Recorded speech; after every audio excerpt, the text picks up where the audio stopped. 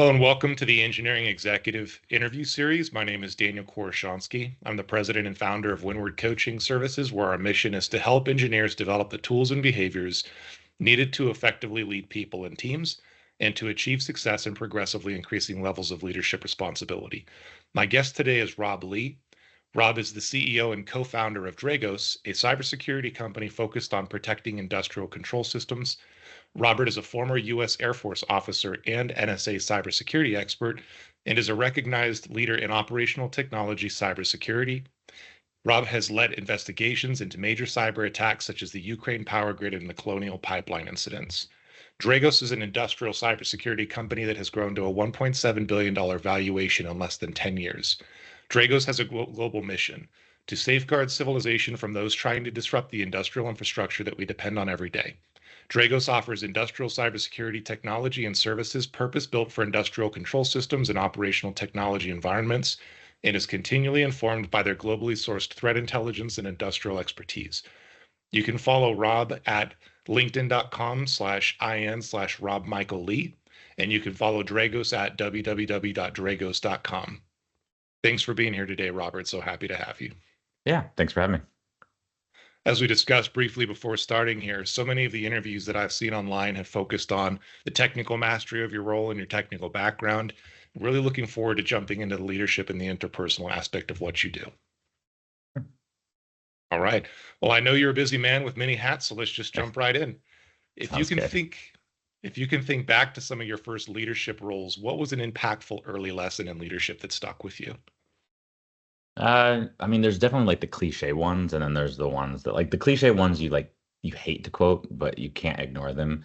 But then there's like the more interesting ones, right? So like first starting out in the military, they'll tell you like leaders eat last and like lead from the front, all those things. And like you kind of roll your eyes at it, and a lot of the early officer training in the military, I would roll my eyes at a lot. But then you get out into the civilian world and real world, and like, oh, actually, some folks probably could benefit from having some of that stuff that we rolled our eyes at of like, yeah, who's questioning that, the leadership is supposed to be doing the hard stuff and you're supposed to be taking care of your troops. And then it's like, oh, okay, no, some people miss that lesson. That's cool. But I think I'd say on the military side, the stuff that I really probably took with me on the leadership piece was more the fact that you still needed to be the expert in your craft. The idea that you were just going to be the manager was really not okay in any of the operations and places I was at. And I think I was seeing a lot of that in the civilian world of, well, I'm a manager. Like, yeah, but to manage and lead correctly, you also need to know what your people are working on and be able to be their coach and be able to be kind of an instructor to them as well.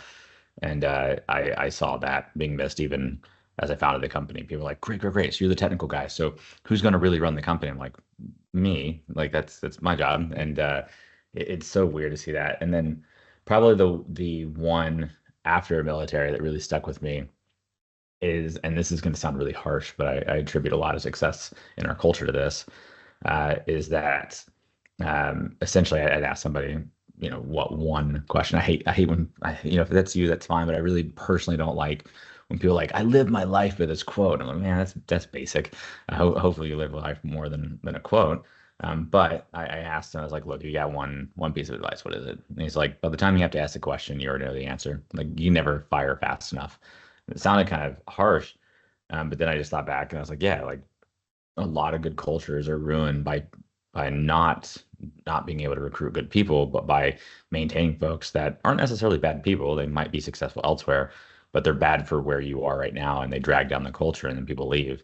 And so I've always been a fan from that of like try to fire as fast as possible, both for your own team and out of respect for that person who needs to go somewhere else to be successful. So I think those two things were both pretty impactful for me. That's definitely one thing I've noticed. In the military, it's a lot harder to fire people.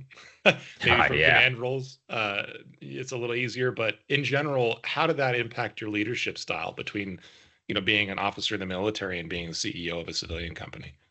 Well, I think, again, understanding mission and understanding that people are there for the right reason to start with, whether or not they're like, generally speaking, nobody wakes up and wants to be a jerk. And so having empathy is a big aspect of that for sure. and understanding that some people are where they're at for a variety of variables that you may not understand and may not need to understand, but they're trying to do the best with what they've got. And I think, yeah, not being able to find the military, that I do think government gets bogged down that by a lot. That being said, so I've gone back in the military. So was Air Force before, still running Dragos now, but I got asked to come back in the Army Guard side of the house. And being the XO at a brigade level function, I came in, I was like, yeah, I need these people gone. How do we do that? They're like, oh no, you can do that now. Now that you're Lieutenant Colonel, like you can do it. And I'm like, oh, cool. Like I can change this place real fast now that I have the ability to pick my own staff. And I think, yeah, that's an important aspect, being able to pick your winning team and then treat them as a winning team, but it's always doing it with empathy. It's that person that signed up. We've gone through this at Dragos a lot where I founded the company about 9 years ago. And as you mentioned, kind of rocket growth, your first 10 employees are going to have a different profile than people that you need at 500 employees. Specialists versus generalists and all the different, phases the company goes through. And so by the time that somebody might be failing off and falling off and saying, hey, that person needs to go, it's not, oh, you suck. It's, hey, your contribution mattered. You did a great thing, but you're not where we need. You don't have the skills for where we're going next. You're still human. Thank you for what you did. Thanks for your contributions. It's just a level of empathy and human respect for everybody, I think is the key there. Hmm. That leads into my next question. Speaking about that growth over time, many founders go through stages of letting go and changing their style as their company Mm. grows. So, Yeah. as the CEO of a rapid growth technology company, how did your own leadership style have to change and evolve as the company scaled? Um, I think I might have been benefited from the military here where I was used to leading small teams and leading large teams. And so like delegation was always important, but at the same time, I don't like the delegation that doesn't have the level of details underneath it. Like I'm very much not the person that wants to see a dashboard with green KPIs and go, okay, feel good about that. I'm like, no, what's the data actually asking? Let me understand this. Like, I'll dive. My staff has to be ready for me to dive, 1,000 feet below and then come back up. And I'm completely okay with them not having the answer right there. I'm like, okay, cool, get back to me. But I like knowing the data biases and the visibility biases that go into a lot of that and the details behind it. And I don't think that's actually very much changed. I think um, obviously, you just have to be able to delegate at some level, but I think some people misunderstand delegation, or at least for me personally, where delegation doesn't mean I'm not getting in your chili. It doesn't mean like, cool, my head of sales are going to run all go to market and I just trust them to do what they're doing. Like that's not what that means. It means like I'm going to delegate to you and you have your areas of responsibility and I got to respect that. But it is my job to hold you accountable and to dive in and to be able to ask those questions. And it is our team, not your team. So there's that. I don't know that that's changed as much. I think probably the one like character aspect for me that's changed is as you have 1,000 plus employees come through your halls over a decade, there are going to be some of those that are not good players. And again, I don't want to make people out to be like bad people, but you're going to run across a couple. You're going to run across a couple people that want to take advantage of the culture, the people, the company. I've dealt with, there's so many things that my employees don't see on a daily basis of like just how many stupid HR things will come up or just how many like you treated the salesperson really nicely, but when they leave, it's in the playbook to like try to sue the company to get a better severance. And you're like, nope, I'm not playing that game. We're taking a hard line there, So there's a lot of like, I can think of there's a couple people that have come through our halls that like act like community leaders, and I've never said anything against them, but like I know how they operated internally and what they did, and it's like, oof. And so you kind of have to have the ability to disassociate a bit of I don't think it's appropriate for companies to come out and talk about ex-employees or employees. But I think it's appropriate that if an employee wants to say anything they want, or an ex-employee wants to say anything they want, that they can do that. That's their right. But you've got to not take it so personally. You've got to sort of disassociate yourself and go, fine, you do what you want, feel free, no problem.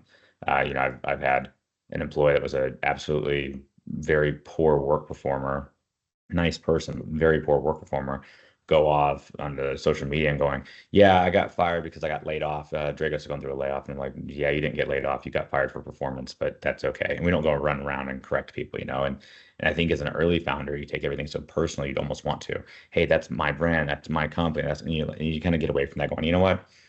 ebbs and flows. It's okay. Just keep charging towards the mission, and don't take those things so personally. I'm not saying like roll over. Like our policy on like the sales example I mentioned is it's a well-known playbook in some sales cultures to do that. Not all sales people do this, but that you offer them a very nice package. Like we're at will employer. We don't need to give any severance, and we still give severance and healthcare and everything. Just trying to be nice to people on the way out, and then they'll turn that around and go, well, I want this and I'll sue off of this. So why don't we just go ahead and settle for this? And there's like law firms that even like specialize in that for like for some reason like the sales culture is where it's come out.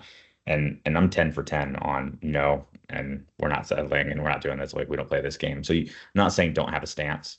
I'm not saying like don't, have a backbone of those things, but you really got to not take things so personally, especially when you're like, but I know the truth. And you're like, just stay out of it. Just if it's not additive to what you're doing, if it's not additive to the mission, getting involved in some of those things can set the wrong impression that you can have sort of the butterfly effect of toxicity is a real thing, I think, in corporate America. So just stay out of it. Gotcha. I'm hearing just a general vibe of, as the company grows, just not taking things as personally, not letting it get to Hmm. you as much. The company should matter, the mission matters, your employees should be something you're willing to fight for, but you're going to get that 1%. And let me say it maybe a simpler way. A lot of military, government, corporate, a lot of bureaucracy is generated by somebody did something wrong and took advantage of the system, the tragedy of the commons or whatever, and therefore new policies or rules were put in place to guard against that.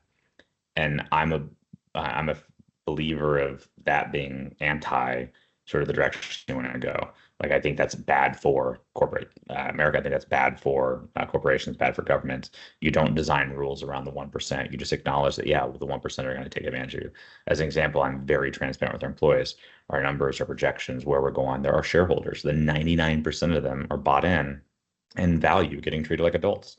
Yes, there's the 1% that will go and leak my emails or leak the data or leave to a competitor and try to take information they're not supposed to take. And I could clamp down on all that transparency and ruin it for the 99%, or I could just say that 1% is going to happen. It's nothing that's going to like materially take us off base. It's just going to feel bad. Let's focus on the 99% culture we have and maintain that. And that's more of the guidance that I'm trying to give. That's great. Yeah, I mean, it'd be easy to ignore the 99% and what they deserve if you're focused on that 1%, right? Hmm. Hmm. Were there any key inflection points throughout this growth process in Dragos where you just hit a wall and you're like, man, this is really hard as a human being to get through and to adapt through? Well, I mean, I was a CEO through COVID and then through massive economic, tension and global conflict. And there's some points, man, that I was like, this sucks. And again, you just kind of put your head down and go, okay, but is the mission worth doing? Yes. Am I the right person for it at this time? Yes, let's go. And I would always tell my employees, I've kind of almost gotten over saying this now, but early on, I didn't know if I was going to be the right CEO for you hit, 10 million in ARR, 100 million in ARR, or whatever, and in growth. And so I'd always tell them like, look, I'm going to be the CEO until I look around and think you guys can do better. The moment somebody is better at my job than I am, the moment I can find somebody to do this better, the mission it deserves me stepping aside and having somebody else do it. And and leading through those moments and everything, both was the challenge of, oh my God, this is really hard, and the confidence of, oh, okay, well, I've been through a lot and I've navigated these situations. And I think everybody should be humble enough towards what is the actual outcome we're chasing. And okay, if they can be served during, doing a better or different route, like you should explore that fully. But don't have imposter syndrome. If you've actually put in the work and earned your stripes, then do it. And yeah, I would say COVID, economic downturns, all of that, investor markets crashing, all those things were incredibly difficult because they also had material impacts on the company. We've had to let go of people before to then hire back and all those things.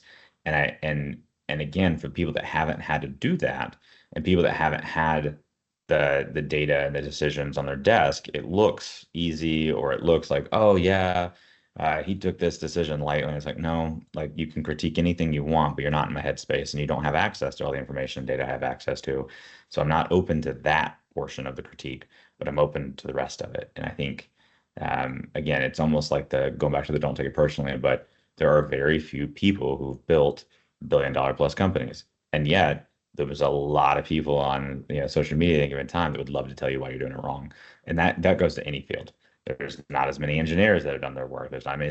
How many incident responders have actually dealt with critical infrastructure attacks? And yet there's a whole army of people, if you would listen to them, that would go, "Here's why you suck at your job," that have never done We it. call them haters. Yeah, there's a lot of hate. Haters Like gonna there's a hate. surprising like I think you should surround yourself. You should be careful of who you surround yourself and your mental image and your mental health. And one thing that has always served me well is I find that if you're in a group of people and they are talking down about and just trashing somebody that's not in that group currently, like that is the wrong group of people for you to be around. And I don't care how much you think they're right. I don't care how much you have your bias going, yeah, yeah, yeah, that person is a bad person. If you're in a group of people that is spending their time and energy and their limited time and energy on this earth focused on talking about someone not present, you got to go find a different group. It's not going to lead you to anywhere successful. Hmm. Yeah, that leads right into, your four values that you shared in your recruiting video. Candidness, transparency, respect, assume no malicious intent. Transparency with, how you share your financials with the company and what you do share openly with them, and even candidness, instead of talking behind people's backs, just going directly to them, Hmm. and having Yep. that discussion. So, out of those four core values, can you share a personal story behind one of them and why it was meaningful enough to you and your team to make the list? Yeah, so there's a bunch for everyone, but you know, I think respect is one that again everybody deserves, and I'll give you kind of a one easy and one like different angle on it. So like the respect one, that one kind of comes in waves in terms of what's popular in corporations and governments and so forth. I think right now, and this is where people get sensitive and think politics. I'm not talking politics, but like the idea of who we respect at any given time in history is a pendulum that swings. And and if you look throughout history, there is a general arc of discussion of like just try to treat people like they're humans. And you can negotiate that away in any way you want. And there was a period of time at Dragos that was very popular around us of like LGBTQ and trans and everybody else of like just be respectful of people. And there's a time now that it is a danger financially in some sectors and some places and federal contracts if you want to have diversity, inclusion, equity discussions and similar. And I've always taken the stance, and our employees and team has always taken the stance of everybody deserves respect. I've made statements that have got me sort of large amounts of critique before, where I said, as an example, I would protect Iran's power grid if I was legally allowed to. And I had somebody at the FBI getting really upset at me, like, you're an ex-NSA operator and all this. What do you mean you protect Iran? I was like, civilian infrastructure is supposed to be off limits by US policy, by international law. And so I would absolutely do it if I was legally allowed to. Every 35-year-old mom deserves to go home to her 5-year-old kid. And if you can't agree with that, like we've got nothing in common. Well, not that group of people are not, no, stop. Civilians are supposed to be off limits. Respect for human life should be a core principle. And so the respect inside of Dragos, I have found that has been able to, like, it was just the right thing to set, but it's been able to gather so many really talented and wonderful people and set a really good tone. But on the other side too, I was going to sort of give another example. It can be hard, and so and people get sensitive about these things. And I'm not saying they're sensitive like they're little pansies about it. I'm saying like they can get sensitive to it. So where um, we had a discussion. I'll try to abstract it a bit because it was recent, but we were talking about an org chart change, and there's a team that under any other corporate structure would be inside this other team, and inside of Dragos it's not. And one of the people asked, "Hey Rob, as you're going through this, because we have transparency, you can ask any question you want. Hey Rob, as you go through this org chart change, did you consider moving that team?" And I was like, "Hey, not at this time, and here's why." A member of that team got very upset at the idea of like having to move their team and like what it would mean for them, and reached out and mentioned it to the supervisor, and the people team, the HR team got involved, and the answer was to have the person that asked the question apologize to the other person. And I said, time out. No, no, no, no, no. This is a culture of transparency and candidacy. They respectfully asked that question. It was very candid to the point that the other person didn't like it, but too bad. There was no like calling, name calling. There was no like, we think you're an idiot. There was no, we think you're bad at your job. It was, hey, this seems like something happens elsewhere. Why isn't it happening here? I'm just curious. And so I think there's, as you grow, especially in a company, a lot of times, I almost say this back to some of your early questions. If you want a chief information security officer, you want someone that's done it before. You want somebody that's lived through security incidents. If you want a head of engineering, you want somebody that's been an engineer and been through that. Like you're almost buying the playbook with people's experience, that they know what to do, even though they're thoughtful enough to adapt. But if you're going to have a different culture, as you look at these leaders that you're bringing in, and we're bringing 10, 15, 20, 30 years of experience from the companies, and usually bigger companies, you got to be careful of what all they bring with them. And that's probably part of the playbook of, oh, I've got two employees that are upset at each other. I've got one that could just apologize and we can move on and go, is probably a normal corporate structure model that makes sense. But that would violate the core tenets of our transparency or candidacy. Like it would violate the values that we have in a way that people now will stop asking questions, even though you put those things in the wall. And so I find you got to fight that culture fight with the small choices on a day-to-day basis to make sure if you're going to say we've got values, they've got to mean something even when it's not easy. And so those would be two examples that I give. Yeah, I mean, even from a standpoint of psychological safety, it is like you said, as long as people aren't doing personal attacks, it's better to have Yep. people comfortable with speaking out rather than being silent and missing Hmm. as much stuff as you And guys I've see had on a it, regular yeah. day. Yeah, I've had it the other way too. I've had an employee before that talked to me. I was like, Rob, I don't appreciate this. I don't like this, whatever. And I was like, it's in keeping with the values. This person did nothing wrong. They go, I don't know. I don't know. This just makes me feel awkward. I was like, you don't have to work here. And I was like, I respect it. They were shocked. I was like, no, I'm not saying you're fired. I'm just saying like we value you. You're awesome, but you may not adapt to this culture, and that's okay. But we're not going to switch the entire culture for you. And so if you can be here inside this culture and respect the culture and feel respected, great. But if not, life's too short. Like go somewhere where you're going to be happy, but don't expect to go into a place and have everyone change around you. Absolutely. And I do think, with core values, what comes to mind is they're the things that you're going to do even when it costs you, right? The Mhm. things you're going to stick to. And going back to the civilian targets, I did watch another interview where you were very adamant about that. We will not assist with attacking civilian targets, right? Mhm. And I'm sure there's all kinds of people that would be willing to throw money at you to do that, but you won't, right? Yep. Yeah, yeah, we've gotten the interesting contract discussions before from people of, hey, you have all this world-class expertise. Couldn't you help us develop capabilities as well? Or, hey, not saying you need to, but if you were a partner of ours that would give us a heads up when you were to detect like our teams, then you'd be a bigger partner of ours. There's kind of the flirting around of contract sizes. There's a lot of shit that happens. I think people misunderstand. Like there's not as much unethical stuff as people would imagine, but there, when it's positioned, it's usually with lots of zeros.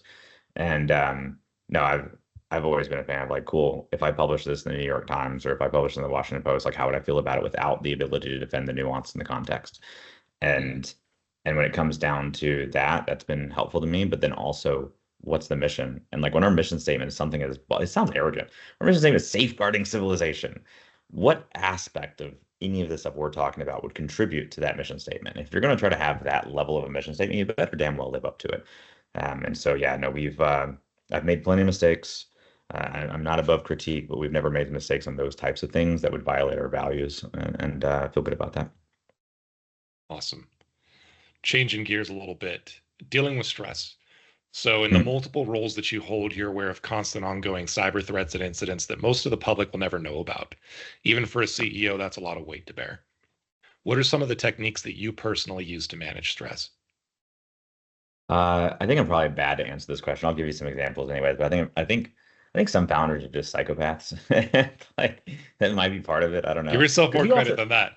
but I think you kind of have to be a little psychotic to be like, I see a problem no one else sees, and I can solve it in a way that no one else is going to solve it, and I can do that. It's a little on the edge, right?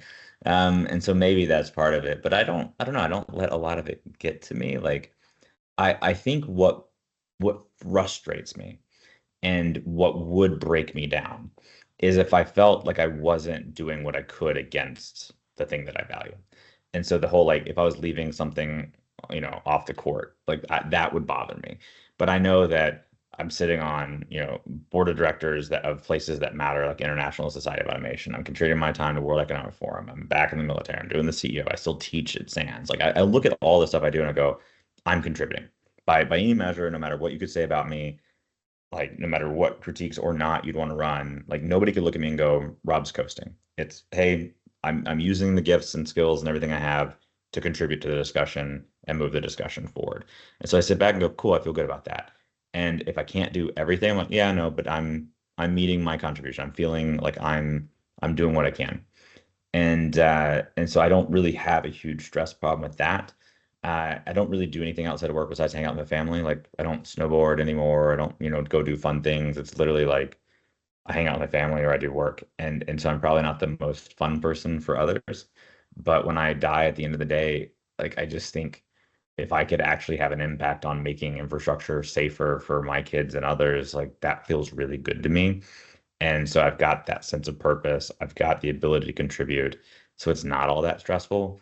If I was sitting around aware of the attacks, aware of the issues, all these other things, and not feeling like I was making a dent, that would destroy me. And I think that's true for most people. Like if you're in a job role and you're not feeling the mission satisfaction, no matter what you're getting paid, no matter what promotion capabilities you get, whatever, you're just gonna be like, this isn't it for me. And you're gonna get frustrated. And I think you're gonna feel the stress extra. But I'm also a big fan of like not stressing certain things. Like I think about it in the sense of like I've got a certain amount of bandwidth. Is this problem worth something else coming off my plate for it?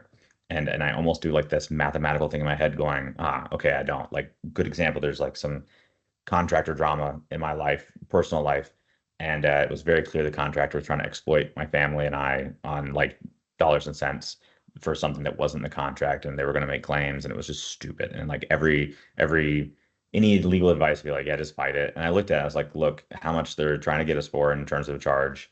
Look at how much time I'm going to put into this. I've got other things I got to deal with. I'm just going to let this one go. And my wife was like, are you sure? And I'm like, it's honestly fine. Like, it's not worth it in comparison to all the other things on the plate right now. And we're pregnant again. I'm like, I don't want my wife pregnant, stressing about this. It's just like, no, let's just not deal with it. It's fine. We're in a position in life we can do that. Let's just move on. And I think those kind of areas that I just outlined are the kind of the balancing act of what's worth your time and energy, and making sure that you protect your time and energy. Awesome. I hear a lot in your interviews where you mention your family, right? You mention your wife, your kids, and their future. I would imagine that some part of what you do, it's kind of work, but it's also integrated into creating a safe future for them. I hear Mhm. that a lot from when you speak. Tell me a little bit more about Yeah. that. Well, I mean, it's yeah, that's kind of everything for me. I think, and maybe this is like the military thing as well. I don't know. I mean, my parents were enlisted for 25 years. I grew up in that culture, and there was just always this like I don't know desire, love, you know, excitement around protecting your fellow man, taking care of people. Like I don't know. I think every kid wants to be a superhero of some sort, and even if you're not, the idea of helping people is not a bad thing. I mean, like Mr. Rogers is like the greatest example of human history. It's just like right down the middle of a good person. And so I always liked that. And so to find out, and it's hard to find that sometimes, like because even in the military, like you're not always the good guys, and you look at history like, no, not always, and it's just very hard to find something pure of like this is ethically, morally right, et cetera, and I have an ability to do something. And people find that in life. And sometimes it's in charity work, sometimes it's in self-development, sometimes, there's plenty of ways to get there. But for me to find out that there were people who were targeting civilian infrastructure through cyber capabilities in such a way that would hurt kids and families, not because not that they were fighting against an aggressor and collateral damage happened. It's not that they were just stealing intellectual property from a certain pharmaceutical company to, help their country out, but like generally bad people, by targeting civilians and kids, and taking some level of joy or mission satisfaction in that, to get to stand in the way of that, to get to be like, no, you know what? No. And to do something against that, like that's invigorating. And then to find that you can do that in such a way that takes care of your community, takes care of an international community, paves a path maybe for your kids to have a better life. Like, I don't know what macho growing up in Alabama military family aspect of my psyche that hits, but it hits, and it hits hard of I get to keep bad people from doing bad things to good people. And it's not a, if I grew, think about the military, I did counterterrorism for a while as well. And you want to be like, I don't like that terrorist. It's like, yeah, got it. And we're gonna do what we need to do, but maybe their dad got killed in front of them when they were a kid by U.S. forces. Like, there's so many like shades of I don't know nuance, and it's not always true. There are just some bad people, but like you gotta almost ask those questions. And in this, it's like no nuance. It's black and white. If it's civilian infrastructure, get out. Well, yeah, but we're gonna take down the power station to be able to take down that base. Cool, but the hospital's hanging off of it. So just like go bomb the base. We want to do it through cyber. Well, you want to do it through cyber, but you don't need to. You could just go bomb the military base. So actually, you're just being a jackass. And so I'm very appreciative of just, I don't know, having a pure mission. Maybe I'm too simple of a person to have too much nuance and complexity in my life. Well, I'm also hearing, going back to the stress management, remembering your mission when times are tough and why it's important can go a long way. Oh yeah, and especially since there's a lot of engineers, I assume a variety of engineers that listen to this, including like software engineers. I had a guy that worked for me for years. I think he was at the company for I must have been at the company for like 6 years, and that's a lot in a 9-year company. And he left, and it was just time for him. And he left and he went and joined this software company, and I threw a barbecue for my family and friends and whatever, and he ended up showing up, and he's always welcome. Like a lot of the alumni in my company are kind of always welcome at my table, kind of thing. And he was just like, Rob, yeah, it's good to see you. And I just looked at him and I was like, you are not happy.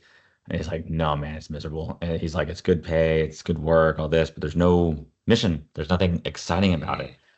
I was like, "Are you wanting to come back?" And he's like, "Can I?" I was like, "Yeah, come on, man." And so he started back work, and like 2 months later, and it's just, I think people forget that they get so excited about all the other things, and they forget the importance of having a mission that matters. Mm.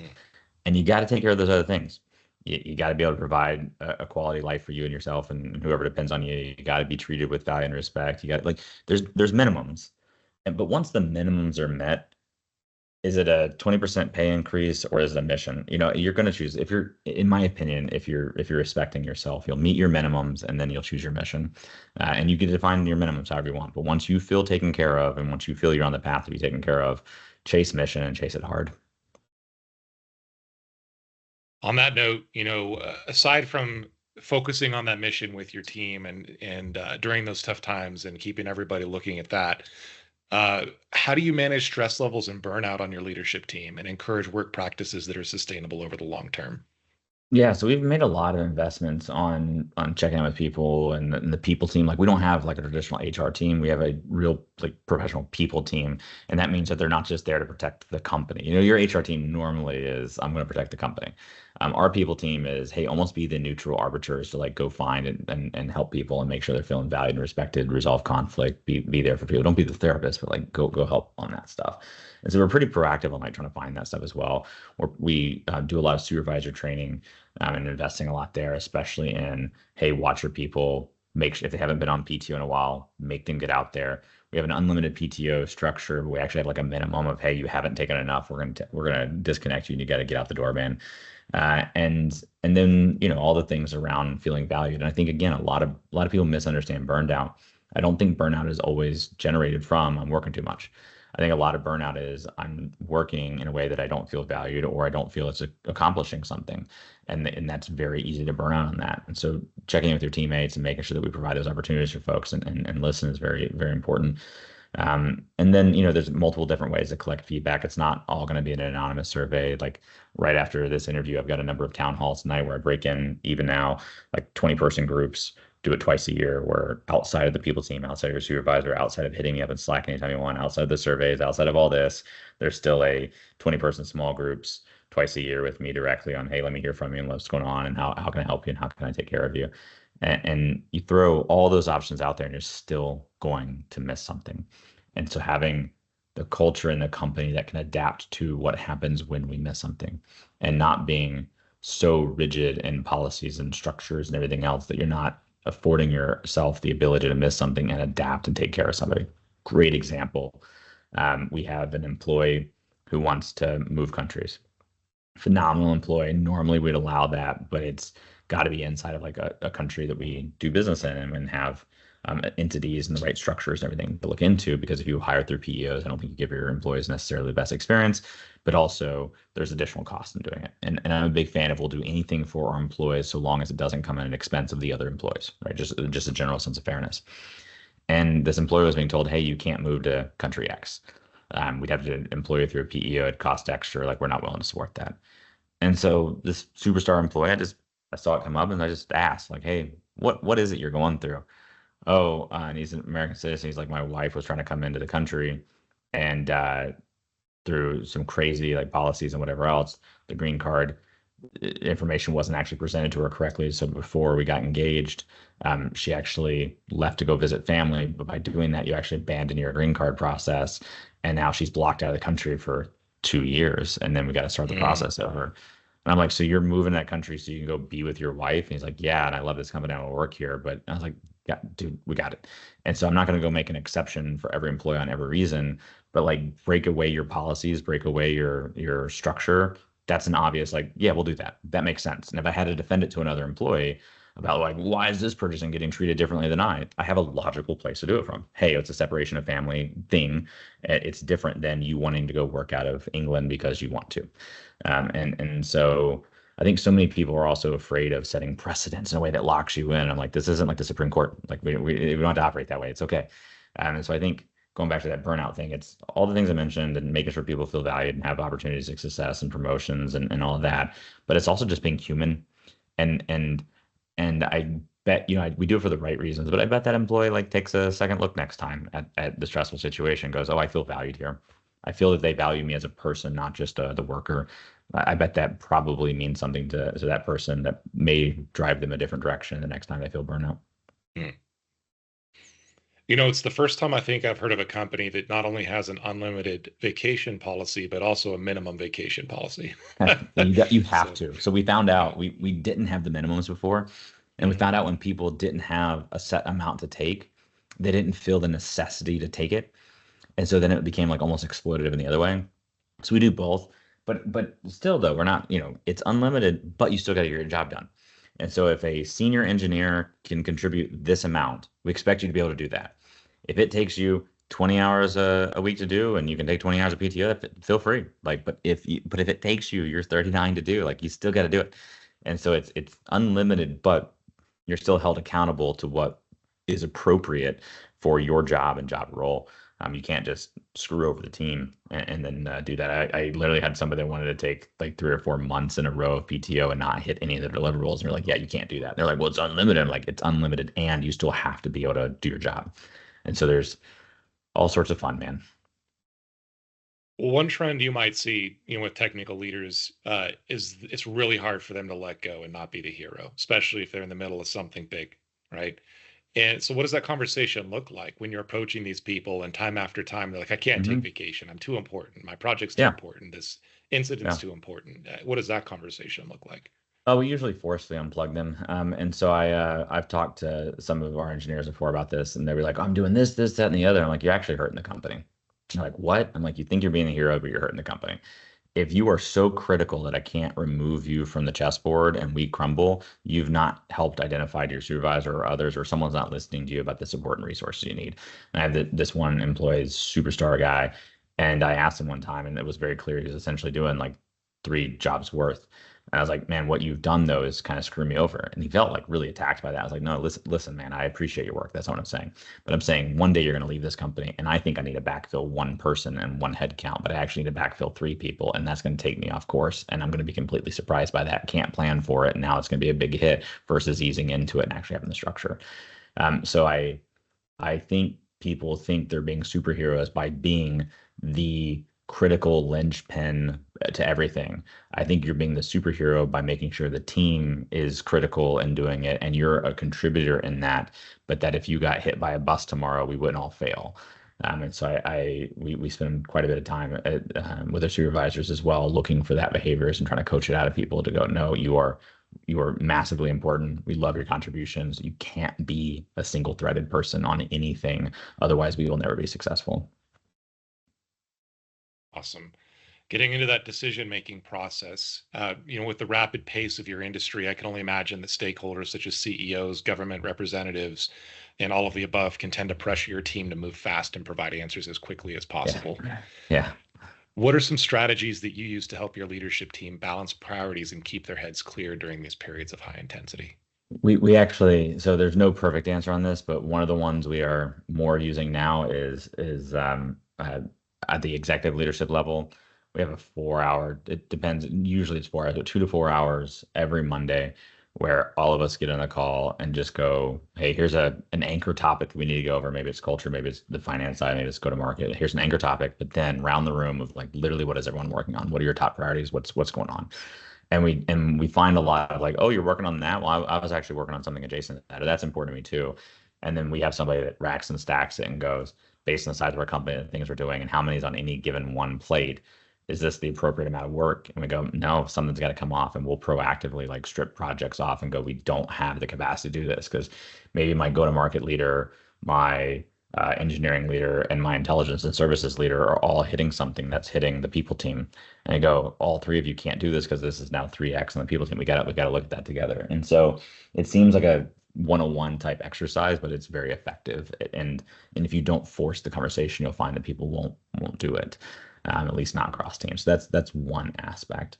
But I also think looking at like the calendar of things rolling out, like we pull up sort of the corporate calendar. Where's our product launches? Where's this? Where's that? What bandwidth do we have for everything as a company? And we go, yeah, we got to space some of that out. And at the same time, you want to go fast, you want to move quickly. And so I also am definitely the person that does not accept time that shouldn't be there. My ELT, my executive leadership team knows like don't bring me round numbers. I'm going to just destroy that. And what I mean by that is they'll be like, oh, our target goal is 20% increase, or this is going to take 30 days. And I'm like, nothing in life is actually a round number. It can't be. If it needs to take 33 days, that's fine, but it can't be 30. It's not magically just 30. Or if you want to tell me that the win rate increase is going to be 20%, just magically it falls on a 0 or a 5, that's crap. You know it's crap. Give me the real answer. And it turns out it's like 19.2%. Like, great, then show me that. And so I'm maniacal about don't bring me baked numbers and don't bring me like round numbers. Like, let's dig into the details. And so if you say you need 57 days to get something done, like I'm cool with that. But if it just looks like a round number that you felt it was comfortable to throw out 60, I'll challenge that every day. How do you empower your team to make high stakes and high pressure decisions when you aren't always available? Going back to minimum Yeah. vacation, being able to step away, being replaceable in the long term, how do you help them with being empowered to do that type of thing? Yeah, I mean, one is letting them know they're empowered. Like you had to be very clear and sometimes it's like hiring profiles as well. We spend a lot of time on making sure people are comfortable with the startup environment, even though we're fairly large now. And there are some like VPs that you hire that if you don't tell them this is explicitly their job requirements and this is explicitly what their authorities are, they won't do it. And it's like that's not going to work here. And so there is a certain sense of like we brief you on the way in, like this is what we're looking for, and you should be feeling empowered to go do anything inside of your lane. If you feel it's going to impact another team, highlight that to them. Like just cross team communication. You don't need org charts to cross team communicate. But it's also, I think, one of the things that's important is supporting people when they make a decision that you wouldn't have made. And there are some decisions that I go, hey, that's actually going to take us off course. I don't support that. Let's take a second look at that. You don't demean the person. You're like, hey, cool, I see how you got to that, and that made a lot of sense. But here's some additional information I don't think you had at the time. But sometimes it's, I wouldn't have done that, but it's not hurting us. So praise it. Hey, I would have taken a completely different approach, but what you came to it logically, it looks really solid to me. I think that's a great decision that you made. And for the validation of people that by making the risky choice, they still are getting rewarded or called out or praised for it. That encourages that culture. If you're always going behind and feeling second guessed, you're going to stop doing anything. And I think that's really important. It makes me think of a philosophy that stuck out to me from Jocko, one of the many books of his that I've read, where he says, would you rather have someone do something 80% of the way you want it done, but have 100% of the ownership, or 100% of the way you want it done with 20% of the ownership? Yeah. Right. Yep. Yeah, I would definitely agree with that. So how do you handle when these leaders make mistakes under this immense pressure? It depends on the type of mistake, right? If it's a you made a mistake that like broke our values, then that's usually like termination discussions, right? Like you're screaming at some employer, or whatever. It's like, hey, you can't be here. Like we love you, thank you for your service, goodbye. But then there's some mistakes that are like, oh, I can understand why you did that. Let me provide you some coaching on how to do that differently next time. And a lot of times I have found that in my company by being the CEO founder, by being, and it almost depends on like when they came into the company. But like there's the people that have been here for like 6 or 7 years, like, oh, it's Rob. And they've experienced me their entire careers and they're fine. There's some people that might be here a year or 2 or 3 years or just on the newer half and like they're not interacting with me on a daily basis. They've seen me more on YouTube videos and whatever than who have a remote work culture, right? Like they've seen me up at the World Economic Forum, whatever, and like my opinion for whatever reason matters to them more, and it carries a different level. And I don't like that titles mean that, but sometimes it's titles, sometimes it's respect, whatever. Sometimes it's like I know that I can't give them that feedback. I'll see something, and I don't like hierarchical communication structures. I don't like having to go to your manager to get to feedback to you. But I know there's certain teams and certain groups in the company. I'm like, if this comes directly from me, this is going to demoralize them. I'm going to use the leadership chain to have a softer approach on the feedback. There's some that I'm like, oh, we can be, this is okay. They know me. I can be like uber candid and not worry about it. And I'd be like, John, what are you doing? What are you thinking, man? He's like, man, you're right. And so there's definitely a read the room aspect to feedback as well, and understanding that while you want a certain culture of candidacy and respect and transparency, it doesn't have to always be delivered in the same way to people, and some people are going to be receiving that differently. And so I think that's really important to acknowledge as well. Yeah, it's really interesting. I mean, especially in a kind of a diverse workforce with people from all over the world, everyone has these different philosophies of power distance, and what's appropriate and what's not. And Hmm. and coming from that, even though you're not trying to swing a heavy hammer, someone Hmm. might perceive it that way. Yeah, and you still got to do it, right? It can't be a reason of like not doing it. But I'll give you a great example of that. In my threat intelligence team, their intelligence analyst, if I don't deliver it directly to them and very candidly, it's like, why are you going around me? Like Rob doesn't trust me. If I go to some of my new salespeople and deliver it directly, like, oh my God, the CEO's upset at me, whatever. And so it's yeah, I mean, you have to understand that your company culture is one thing, but then there's career cultures that form and geocultures and every aspect of diversity you want to talk about, and they're coming into Dragos or your company as well, and you want to respect that. You want to say, hey, let's push you over this direction, and this is what we're not going to adapt to different things. But like Middle East, I go out to my GCC team, they're awesome folks. If I were to go to some of my Saudi employees and go to their manager to get to them, they'd be like, you don't even trust me. But if I just go, hey, dude, what were you thinking? Like, it's like, oh, cool, that's my brother, and he's respected me. So it's just you got to understand the different cultures of it as well. Well, I wanted to wrap up this awesome interview with one last question, Rob. What last piece of advice would you have for the next generation of up and coming technical leaders in high stakes, high pressure environments? Yeah, you've got to have a point of view, and you got to be willing to fight for your point of view. Don't be a jerk about it, but be willing to fight for your point of view. And there's like so much in life that I observe right now that comes down to people not having a point of view. A lot of my critiques to the cyber agencies involved in the federal government is a lack of point of view. And they'll be like, why are you critiquing us? I'm like, look, I served in the federal government. I still serve in the government today. I was like, but you'll go out and say, I want you to do secure by design. And then somebody like, cool, what does that actually mean? And they'll be like, well, cyber hygiene and secure by design. And like, no, you have to have a point of view. What does that actually mean? And like, yeah, but if we say specifically, then it'll upset somebody. And in the larger your audience becomes, the more you're going to upset people just by having a point of view. I mean, just think of your latest actor or actress. If they want to came out and talked about a political person they wanted, or a point of view on Israel and Gaza, or anything else, they could lose tons of followership or get lambasted for it. And so over time, the more senior you go, the more successful you become, the larger your audience becomes, the more you're basically encouraged not to have a point of view and to play to the middle. And I think that is toxic. I think that is robbing yourself of your opportunity to make impact. I think, again, do it respectfully and do all those things. But what got you to where you are, to what's getting you to where you're going, is having a point of view. That's something unique to you. And so when I think of like technical founders, sometimes they'll come to me and go, I want to start a company. What should I do it in? And I'm like, I can't answer that for you. Like that should be your point of view. Like that should be the authentic part of yourself, that you know what you want to do, or can develop an answer to that question, and you think you can make impact. But if you're just waiting for the next greatest thing, or you're looking for somebody to tell you the direction to go, you're going to burn out on that because there's going to be times it sucks. Like there's times at Dragos' history that sucked for me on a personal basis to get us through. And if I wasn't like very focused on the mission, I knew it was the right thing to do, I would have given up. And so don't lack that point of view on whatever it is. I mean, being willing to adapt, all that, but let it be authentic. And if I could summarize everything about my person, everything about the Dragos culture, everything that's helped us be successful, it's that one word of authenticity.